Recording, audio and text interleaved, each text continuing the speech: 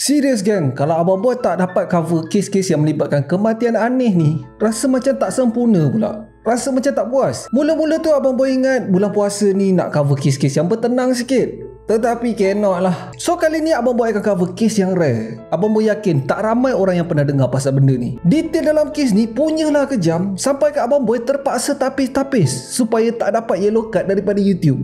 Mujolah kita puasa. Kalau lepas lunch Abang Boy rasa menggelegak juga perut ni. Hui, kembang-kembang tekak dibuatnya. So anyway, tanpa membuang masa, kalau dah ready, tenang, chill, kita roll the intro.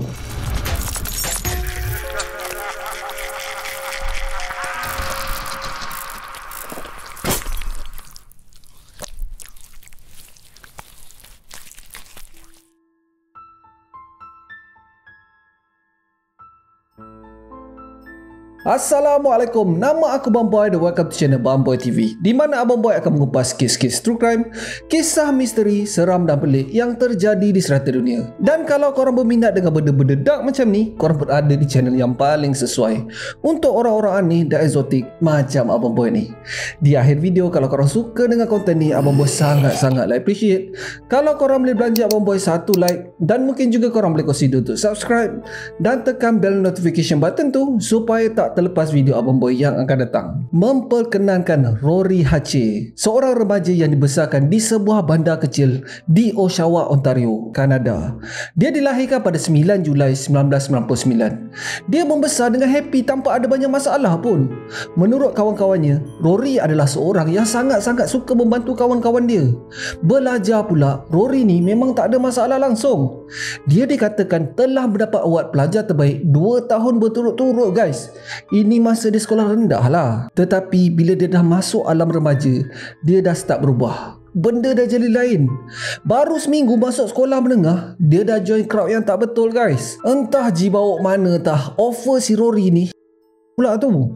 Hoi, hancur rosak terus. Rory ni tak pasal-pasal jadi penagih pada usianya masih 14 tahun. Bertahun-tahun jugalah dia macam tu. Study pun ke laut, keluar malam berparti, bergaduh dengan mak bapak dia. Dan untuk menampung tabiat ketagihan dia, Rory terpaksa buat kerja part time. Dia menjadi kupu-kupu malam pula. Dia terpaksa berhenti sekolah disebabkan ketagihan yang teruk. Tetapi bila Rory ni dah berusia 17 tahun, dia dah mula sedar tak ke mana semua benda ni. Dia nekat untuk mengubah hidupnya sebelum terlambat. Dengan support daripada keluarga, Rory menjalani sesi kaunseling untuk melawan ketagihannya. Dia dah tak keluar malam dan menjauhkan diri daripada kawan-kawan yang merosakkan diri dia. 6 bulan dia berjaya melawan dan hidup clean. Dia berjaya mendapatkan kerja part-time sebagai cashier dan start belajar balik.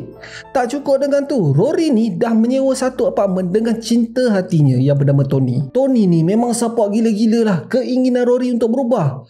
So nampak macam kehidupan Rory ni dah jadi semakin baik. Tetapi sesuatu terjadi pada bulan Ogos 2017 yang mengubah nasib Rory dan juga keluarganya. Pada 29 Ogos, Rory bersama ibu dan kawan ibunya datang ke hospital disebabkan Rory ni menerima luka melecur di tangan.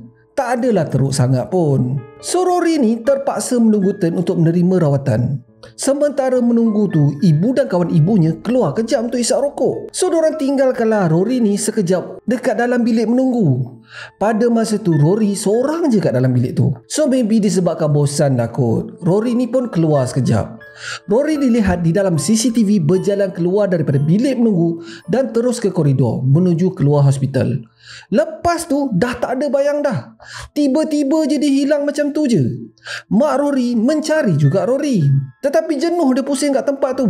Bayang dia pun tak nampak. So dia ingatkan mungkinlah si Rory ni dah balik ke rumah. Dia pun tak adalah nak risau sangat. Rory pun dah tinggal berasingan dengan keluarga. So dia dan kawan dia pun baliklah ke rumah dan meneruskan hari dorang seperti biasa. Mak Rory sempat lagi bermesej bertanyakan sama ada Rory ni okey ke tak, tetapi mesejnya tak di-reply. Pada keesokan harinya, ibu Rory mendapat panggilan daripada pusat kaunseling bertanyakan pasal Rory. Dia sepatutnya datang ke sesi kaunseling pada hari tu, tetapi tak muncul-muncul. Sudah, kemana pula perginya budak Rory ni? Ibu Rory sekali lagi cuba untuk call Rory. Kali ni telefon dimatikan. Pelik, Tak pernah lagi Rory buat hal sampai macam ni. Ibu Rory call semua kawan-kawan yang dia kenal, termasuklah boyfriend Rory. Semua cakap yang diorang tak jumpa Rory ni tau. Tony pula ingatkan si Rory ni tidur kat rumah ibu dia. Dari semalam dia cuba call Rory tapi tak diangkat sampailah ke hari ni. Tony sebenarnya tak ada pun dekat rumah. Dia sebenarnya bermalam dekat rumah parents dia yang tak berapa jauh daripada rumah keluarga Rory. Korang mesti tanya kan, kenapa mak Rory ni tak pergi terus ke balai untuk buat report? Korang kena tahu sejarah hidup keluarga Rory ni. Keluarga dia ni memang pailang habis. Kalau siapa-siapa yang ada masalah dekat dalam family, dorang akan selesaikan mengikut cara dorang. Memandangkan dorang sendiri pun selalu ada masalah dengan polis. So nak pergi buat report tu memang liat lah sikit. Kalau nak diikutkan, sebenarnya keluarga Rory ni memang ada masalah. Sejarah keluarga dia pun memang legend kot. Atuk si Rory ni adalah otai yang menubuhkan kelab motosikal Harley Davidson yang dinamakan Satan's Choice. Dan pakcik dia pula adalah salah seorang daripada ahli jawatan kuasa tinggi di dalam Hells Angels. Memang keluarga pailang lah, senang cerita. Keluarga Rory ni memang dikenali 1 tahun tu. Semua orang tahu jangan cari pasal dengan keluarga ni. Dia sama ada dua je, orang respect ataupun orang menjauhkan diri daripada keluarga ni. So anyway, ramai di antara kawan-kawan Rory cakap yang mungkinlah si Rory ni lari daripada rumah. Memandangkan sejarah Rory ni pernah bekerja sebagai kupu-kupu malam. Mungkin disebabkan gaduh dengan boyfriend dia, Rory belah untuk tenangkan diri dia sekejap. Tetapi mengikut maknya, mustahil si Rory ni nak larikan diri. Sebabnya adalah pada masa tu Rory ni mengandung. Hanya mak Rory seorang je tahu pasal benda ni. Seminggu sebelum kehilangan, Rory dan ibunya buat pregnancy test dan memang confirm si Rory ni mengandung. Rory memang happy gila lah bila dapat tahu yang dia disahkan mengandung. Tetapi part siapa bapa kepada kandungan tu masih blur-blur lagi. Dia plan nak membesarkan anaknya dengan Tony. Tony pun tak tahu yang dia mengandung. Mak dia pun happy gila lah sebab nak ada cucu. So tak mungkin lah si Minah Rory ni tiba-tiba decide nak melarikan diri tak tentu pasal. Tetapi selepas 3 hari dalam pencarian, barulah mak si Rory ni pergi ke balai untuk membuat report orang hilang. 2 minggu tak ada berita guys. Dekat pekan kecil tu pun sebenarnya banyak juga kes orang hilang. So polis buat kerja pun gitu-gitu je lah. Selepas tahu yang Rory ni pernah ditahan disebabkan melacur sebelum tu. Tetapi selepas hampir 2 minggu, seorang budak yang berumur 11 tahun telah jumpa sesuatu benda yang pelik terapung di tasik Oshawa semasa dia tengah memancing dengan atuknya. Mula-mula tu dia ingatkan bangkai binatang putih semacam je. Dia panggil atuk dia, patung ke tu? Mula-mula atuk dia marah lah. Kenapa nak buang sampah dekat dalam tasik? Tempat orang memancing kot. Dia ingat nak report kepada pegawai tasik selepas dia settle memancing. Benda tu pun makin lama makin mendekat dengan bot dorang. So atuk dia pun kuis-kuis lah dengan batang joran. Lembik semacam. Dia dah rasa tak sedap hati dah. Dia kuis lagi benda terapung tu supaya dekat dengan bot. Ambil kau. Satu batang tubuh. Benda yang dijumpa tu adalah bahagian torso. Dia badan je. Tak ada tangan, tak ada kaki, kepala pun tak ada.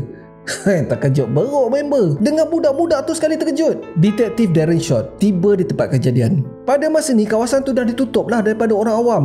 Semasa dia tiba dekat jeti tu, dia dapat tengok yang torso ni adalah daripada tubuh seorang perempuan.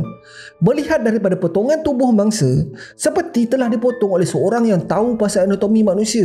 Memang keling gila potongan dia. Dia sama ada dua je. Sama ada pembunuh ni mempunyai latar belakang perubatan ataupun dia adalah seorang pemburu. Punca kematian masih tak dapat dikenal pasti pada masa tu. Identiti mangsa pun orang tak tahu tau. So perkara pertama yang polis buat adalah untuk menyemak semua senarai orang hilang di area Oshawa dan bandar-bandar berdekatan. Dorang cek satu persatu dalam senarai tu. Dorang asingkan mengikut jantina, tatu kepada tubuh mangsa ataupun apa saja detail tentang mangsa. Dan dalam pencarian tu, dorang dapat 5 orang yang hampir sama dengan description pada mayat dorang. Di antaranya adalah Rory Hache. So far dorang masih tak dapat pastikan betul-betul identiti mangsa ni. Berdasarkan keadaan mayat yang dah mengembung dan membusuk, pakar forensik membuat spekulasi yang mayat ni dah berada di dalam air lebih daripada seminggu. Terdapat seperti kesan tubuh diikat, menandakan tubuh ni diikat dengan pemberat semasa dia dibuang. Keratan di tubuh mangsa juga menandakan yang mangsa mati sebelum anggotanya dicerai satu persatu. Sekarang ni payah gila untuk forensik menentukan penyebab kematian tau. Bahagian tubuh yang diorang jumpa tu pun daripada bahagian perut sampai ke leher. Bahagian lain langsung tak ditemui walaupun dengan bantuan unit penyelam. Keluarga Rory pula tak nak bagi sampel DNA Rory kepada polis untuk membuat kepastian. Dorang masih tak nak percaya yang mayat yang polis jumpa tu adalah mayat Rory. Dorang masih lagi berharap sangat-sangat yang Rory akan pulang ke pangkuan mereka dalam keadaan yang baik. Selepas 2 bulan barulah mak Rory pergi sendiri ke balai untuk bagi sampel DNA. Pada 10 November 2017, pakar DNA dapat memastikan yang mayat tu sebenarnya adalah mayat Rory Hache. Tetapi walaupun dah tahu identiti mangsa, siasatan tak membuahkan apa-apa hasil pun. So far, semua yang mengenali Rory ni telah disoal siasat. Tony, boyfriend kepada Rory, pun dipanggil ke balai beberapa kali guys. Polis masih lagi menemui jalan buntu. Sementara semua ni berlaku, keluarga kepada Rory hari-hari duk pressure jabatan polis untuk cari siapa sebenarnya pembunuh Rory. Sebulan lebih jugalah detektif Short petak kepala guys. Tetapi sesuatu berlaku bila dah dekat dengan New Year. Pada 29 Disember 2017, seorang plumber mendapat panggilan untuk membetulkan paip rumah yang tersumbat. Satu couple yang menyewa bilik di sebuah rumah mengatakan yang jiran bawah rumah diorang ni telah membuang sesuatu dekat dalam paip sampai tersumbat, sampai banjir lantai rumah. So plumber ni pun pergilah cek. Menurut pengadu tu, penyewa bawah rumah ni adalah seorang lelaki middle age yang berbadan besar. Dia tak pernah bergaul dengan penyewa lain tau, dan agak creepy jugalah. Dia dah jadi penyewa dekat situ lebih 10 tahun. So plumber ni pun pergilah cek paip dekat dalam bilik. Ketuk punya ketuk, ada orang pula. Penyewa tu cakap nama dia adalah Adam Strong. Mula-mula tu dia cakap dia tak tahu apa-apa pun pasal paip tersumbat. Dia macam tak nak bagi plumber ni masuk kat dalam bilik dia. Plumber tu cakap dia nak cek je. Dia baru je lepas cek bilik dekat atas. Tak ada apa-apa masalah. So ada kemungkinan yang paip tersumbat tu berpunca daripada paip dekat bawah. Kalau dia tak jumpa apa-apa, dia akan cek dekat luar pula. So nak tak nak, Adam pun bagi jugalah si plumber ni masuk. Dia masuk-masuk je bilik. Tu dia. Baik punya bau baeng. Memang sepah habis bilik tu. Segala macam tok nenek sampah semua ada kat dalam bilik tu. Adam sebenarnya adalah seorang hoarders. Hoarders ni lebih kurang macam dia sayang gila nak buang barang. So memang bertimbul lah sampah-sampah dekat dalam bilik tu. Plumber ni berjalan cuba untuk elak daripada terpijak plastik makanan yang dah basi, tahu tak? Dia terus ke arah bilik air. Buka-buka je bilik air, dia terkejut. Toilet dah tak ada guys. Tempat duduk toilet putih tu memang dah tak ada dah. Yang ada hanyalah satu lubang pembetungan je. Bertakung air busuk kat dalam tu guys. Hei ya Allah, kembang-kembang tekak bomboy. So anyway, misi plumber tu adalah untuk membetulkan paip. Mana pergi toilet tu dia tak nak fikir dah. So dia pun memulakan kerja dia. Sementara dia buat kerja tu, Adam ada je dekat. Dia duk tanya itu dan ini masa kawan tu nak buat kerja. So dia pun mulakan kerja. Dia seluk tangan dia dekat dalam lubang tu. Tangan dia rasa macam ada sesuatu yang lembik. Dia cuba untuk tarik keluar. Dia tarik-tarik keluar. Benda tu macam daging busuk guys. Menurut Adam, ini adalah daging babi yang busuk yang dia terpaksa buang. Plumber tu pelik. Daging babi apa yang ada rambut? Sudah. Walaupun dalam keadaan cuak, plumber tu meneruskan kerja dia. 2-3 jam jugalah dia cuba untuk tarik daging-daging tu keluar. Sebanyak 7 kg daging berjaya dikeluarkan daripada lubang toilet tu. Dan juga sinki dapur. Itu pun tak habis lagi geng. Ada lagi guys sisa-sisa dekat dalam sistem pembentukan tu. Plumber tu dah tak tahan dah. Dia cakap sistem pembentukan tu memang tersumbat teruk. Esok dia akan datang dengan pekerja lain dan peralatan yang lebih baik untuk settlekan kerja. Sebelum dia belah, dia simpan daging yang dijumpa tu dekat dalam beg plastik. Elok je dia keluar daripada rumah, dia masuk kereta, dia terus call supervisor dia dan bagi tahu apa yang dia jumpa. Tak cakap banyak kan. Supervisor dia terus sound, "Call polis sekarang." Plumber tu terus call polis dan melaporkan apa yang dia jumpa. Communications. I'm a plumber and I'm on site for a job. And we got we're snaking a drain, and we've been pulling back. We probably pulled back about 10 pounds, 15 pounds of like it looks like flesh type of stuff, meat, and we don't know what it is. Serius guys, kalau abang boy pun cuak tu. Kalau betul lah itu daging manusia dan Adam Strong adalah seorang pembunuh, silap hari bulan, naya abang boy jadi mangsa pula. Sampai-sampai je polis, plumber tu terus menunjukkan plastik yang mengandungi daging yang membusuk tu. Menggunakan sebab ni, polis terus masuk je rumah. Tak payah tunggu orang geledah dah.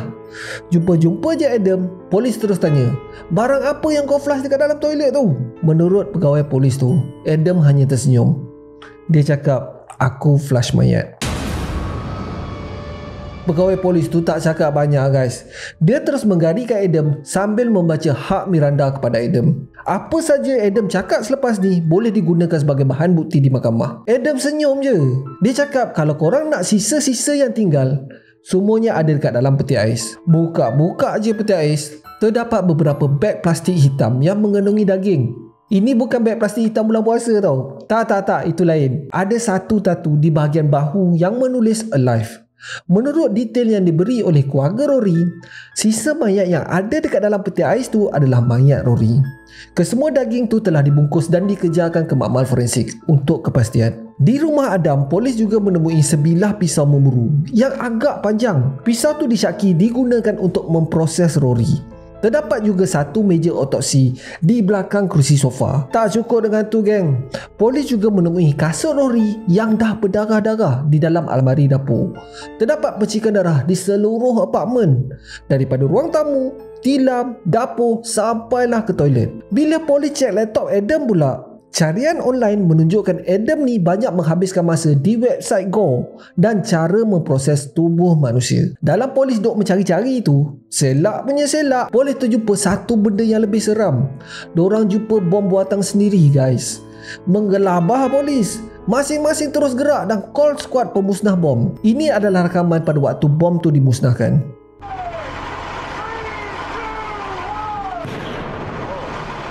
Agak-agak korang lah, berapa lama forensik nak kumpul semua bahan-bahan bukti? Selalunya 2-3 hari dah settle kan. Tetapi dalam kes ni, dekat sebulan geng. Punyalah banyak. Nak lagi gila adalah, elok je beberapa hari lepas forensik settle kerja-kerja diorang, tuan rumah iklankan bilik tu untuk disewa kepada orang lain. Gila betul lah. Bilik orang mati tu guys. Walaupun tuan rumah tu offer abang boy sewa RM1 sebulan pun, mati-mati abang boy tak nak. Masyarakat sekeliling mendesak untuk rumah tu dirobohkan, termasuklah keluarga Rory. Diorang siap buat tunjuk perasaan kot dekat depan rumah tu. So anyway, segala bukti sedang diproses di makmal forensik. Daripada keadaan mayat Rory, diorang membuat spekulasi yang terdapat banyak kecederaan di bahagian muka dan terdapat 2 retakan di kepala Rory dibuat semasa Rory ni masih hidup. Penyebab kematian tak dapat dipastikan, memandangkan sisa yang tinggal tu memang dah barai gila guys. So siapa sebenarnya Adam Strong ni? Menurut Adam sendiri, dia memang daripada kecil berbeza dengan orang lain tau. Dia banyak menghabiskan masanya dengan dunianya sendiri. Start daripada masuk tadika, dia dah mula seksa binatang. Tetapi sepanjang dia membesar, dia tak pernah cari pasal dengan pihak berkuasa. Memang hidup low profile lah. Bila detektif Short tanya pasal mayat dekat dalam freezer tu, Mama Adam ni duduk mengelak. Dia masih teruskan cerita pasal sejarah hidup dia pula. Sampailah masa detektif mendapat mesej mayat yang ditemui di dalam peti ais tu confirm adalah mayat Rory. Detektif Short nak korek apa yang terjadi pada hari kejadian tu tau.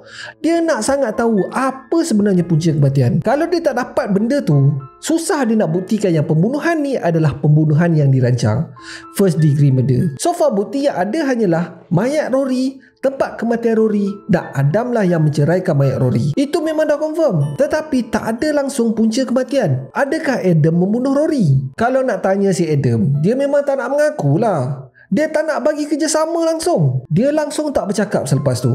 So sekarang ni, Detektif Short hanya menunggu report daripada forensik pasal senjata yang dijumpai di rumah Adam. Kalau ada kesedaran Rory dekat pisau tu, bukti ni boleh digunakan untuk mendakwa Adam atas tuduhan first degree murder. Bila report tu sampai, dia terkejut guys. Dia terpaksa baca report tu 2 kali sebab tak percaya. Dalam report tu menunjukkan ada kesan darah lain selain daripada Rory. Darah tu adalah milik seorang remaja yang dilaporkan hilang 10 tahun sebelum tu. Seorang remaja yang bernama Candice Fitzpatrick yang berumur 18 tahun semasa kehilangan. Pula dah, sekarang ni dah ada 2 orang mangsa mamat gila ni. Sekali lagi, Adam Strong telah disoal siasat oleh Detektif Short. Masuk-masuk je dekat dalam bilik soal siasat, si Adam ni bertenang je guys. Dia tak cuak langsung. Dia macam happy gila orang bagi perhatian dekat dia. Dia chill je. Dia siap nego tau dengan detektif tu. How you doing? Good, you? Had better days. Do you see how upset I am? No. You're pretty calm. Under the circumstances, I'm a little concerned how calm you are. Tak tahulah sama ada si Adam ni belagak ataupun dia bijak. Dia siap pau detektif tu untuk payung dia makan Wendy sebagai ganjaran untuk detail-detail yang dia akan bagi. And a ranch and a Caesar? Oh my God, thank you. Dan yang paling tak boleh belak adalah dia siap cakap dengan detektif ni dekat dalam penjara dia nak hidup selesa tau. Dia minta TV, internet dan duit allowance setiap bulan lah siut. Ya abah dia lah. I would like to, and I fielded this to my lawyer, and he's not interested in it. And I don't understand why. Of spilling the beans and being as comfortable as I can in jail. Not like $100,000 like Picton, but like an allowance. I don't know. I don't know. Like internet access, like a TV. Like I don't have anybody who's gonna buy me a TV. I don't expect to get out of jail free card. I don't. I just want to be comfortable in jail, man. Selepas semua perjanjiannya disetujui, barulah satu persatu dia buka cerita. Adam mengatakan yang dia bertemu dengan Rory di taman di sebelah hospital tu. Dia berjaya mengayak Rory untuk balik ke rumahnya dan di situlah dia telah menyeksa Rory dan menyimpan mangsa sebagai hamba. Dia telah membunuh mangsa seminggu selepas mangsa diculik. Rory mati akibat pendarahan di kepala disebabkan telah dihayun dengan hammer. Dia telah menyimpan mayat Rory di dalam almari. Dan pada hari weekend, dia telah menceraikan mayat Rory semasa jirannya tak ada dekat rumah. Rory dan Candice telah diumpan di Memorial Park berhampiran dengan hospital. Adam mengatakannya dia telah offer kedua-dua mangsa dengan duit untuk mengadakan hubungan dengan dia. Taman Memorial Park tu memang pot untuk melanggar kupu-kupu malam tau. So ini menandakan yang Rory mungkin kembali dengan tabiat lamanya. 2 tahun kemudian, perbicaraan Adam Strong telah dijalankan. Walaupun dengan pengakuan sendiri yang dilakukan oleh Adam, dia mengaku tak bersalah guys. Peguam bela Adam mengatakan yang kedua-dua mangsa telah mati overdose dadah dan disebabkan panik, Adam telah menceraikan mayat mereka untuk melupuskan bahan bukti. Pasal pengakuan Adam pula, peguam bela mengatakan yang Adam memberi pengakuan tanpa ada peguam dan polis cuba untuk mengarahkan pertanyaan supaya Adam ni nampak bersalah. Tetapi pendakwa raya ni pun pandai. Pada masa pengakuan tu direkod, Adam hanya ditahan reman je tau. Dia hanya ditahan untuk membantu siasatan dan dia bukan didakwa atas apa-apa kesalahan pun. So pengakuan tu diberi secara sukarela dan bukan pun dipaksa. Pada 16 Mac 2021, Adam Strong telah didapati bersalah atas 2 pertuduhan. 1, first degree murder untuk pembunuhan Rory Hache dan manslaughter untuk mangsa yang kedua iaitu Candice Fitzpatrick. Beza di antara dua-dua pertuduhan ni adalah pada pembunuhan Rory, Adam didapati memang dah plan untuk membunuh dan mengikut pengakuan Adam sendiri, dia telah menyimpan Rory untuk dijadikan hamba. Tetapi untuk Candice pula, disebabkan mayatnya tak ditemui, bukti pun tak berapa nak ada. So tuduhan yang paling berat hakim boleh bagi pun adalah pertuduhan manslaughter je. Adam telah dijatuhkan hukuman penjara 25 tahun untuk setiap pertuduhan tanpa peluang untuk diperol guys. Total 50 tahun geng. Memandangkan usia dia pun dah 40 tahun, memang sampai reput lah dia dekat dalam tu.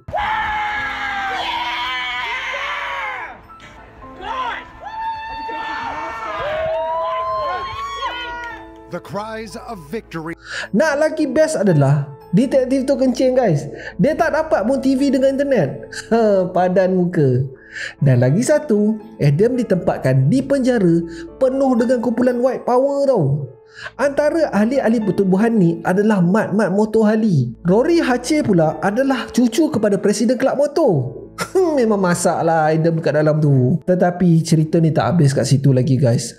Pada 14 November 2021, Adam telah menunjukkan polis di mana sebenarnya ditanam mayat Candice. Rupa-rupanya dekat belakang rumah dia je. Candice telah ditanam di bawah pokok di laman belakang rumah. Later forensik dapat memastikan yang rangka tu adalah milik Candice Fitzpatrick. Benda ni telah membuka pintu yang ada kemungkinan mangsa Adam ni sebenarnya lebih ramai daripada tu. Korang bayangkan 10 tahun gap di antara kedua-dua mangsa. Kenapa lama sangat? Selalunya psikologi pembunuh yang berulang ni, selepas je diorang rasa darah untuk kali pertama, diorang susah nak berhenti tau. Tetapi so far tak ada lagi pengakuan daripada Adam. Kalau korang tanya Abang Boy lah, tak mungkin mangsa mamat gila ni hanya 2 orang je. Mungkin lagi ramai mangsa dia ditanam di sekitar bandar Oshawa tu. Kalau bukan kerana pipe mamat gila ni tersumbat, rasanya dia akan terus bebas membunuh sesuka hati dia. Apa pendapat korang? Seperti biasa, kasih komen dekat bawah. So that's it for today guys. Terima kasih sebab tengok video Abang Boy ni sampai habis.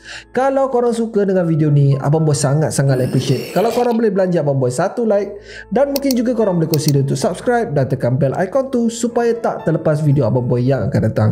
So akhir kata, jangan nakal-nakal, be awesome, stay creepy. Assalamualaikum.